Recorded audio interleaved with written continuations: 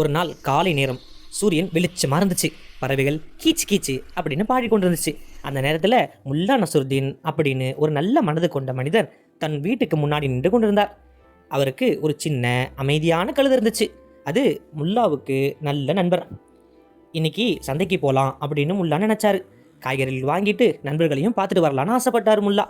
முல்லா கழுதையின் மேலே மெதுவாக உட்காந்து சந்தையை நோக்கி பயணமானார். சிறிது தூரம் சென்றதுக்கு பிறகு வழியில் சிலர் முல்லாவை பார்த்தார்கள். பார்த்துட்டு அவங்கெல்லாம் இப்படி பேசிக்கிட்டாங்களாம், ஐயோ இந்த முல்லாவை பாருங்க, அவர் மட்டும் சுகமாக உட்காந்துருக்கிறாரு, அந்த 7 கழுதை எவ்வளவு கஷ்டப்படுது அப்படின்னு சொன்னாராம். இந்த வார்த்தைகள் எல்லாம் கேட்ட முல்லா சற்று வருத்தம் அடைந்தார். அவங்க சொல்கிறதெல்லாம் சரிதான் போல அப்படின்னு நினைக்க துவங்கிட்டாரு முல்லா. உடனே முல்லா கழுதையிலிருந்து இறங்கினார். இறங்கிட்டு கழுதையின் தலையை மெதுவாக தட்டினார். பிறகு தானே நடக்க ஆரம்பிச்சிட்டாரு. இப்போது முல்லா வெயிலில் நடக்கிறாரு. கழுதை சந்தோஷமாக அவர் பக்கத்தில் நடந்து வந்துச்சு. சிறிது தூரம் சென்றதுக்கு பிறகு இன்னொரு மக்கள் குழு அவர்களை பார்த்து சிரிச்சாங்களாம்.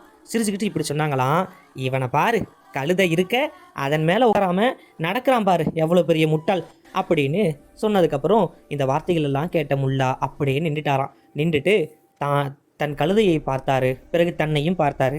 அப்புறம் முல்லா சிரிச்சுக்கிட்டே மெதுவாக சொன்னாராம், நான் கழுதையின் மேலே உட்கார்ந்தாலும் சில பேர் பேசுகிறாங்க, நான் நடந்தாலும் சில பேர் பேசுகிறாங்க, நான் என்ன செஞ்சாலும் பேசுகிறவங்க பேசிகிட்டே தான் இருப்பாங்க அப்படின்னு முல்லா சொன்னாராம். அதை தொடர்ந்து முல்லா சொன்னாராம், அதனால் எல்லாத்தையும் திருப்திப்படுத்த முயற்சி செய்ய வேண்டாம், நம்மால் முடிந்த நல்லதை நியாயமாக செய்தால் போதும் அப்படின்னு முல்லா சொன்னாராம்.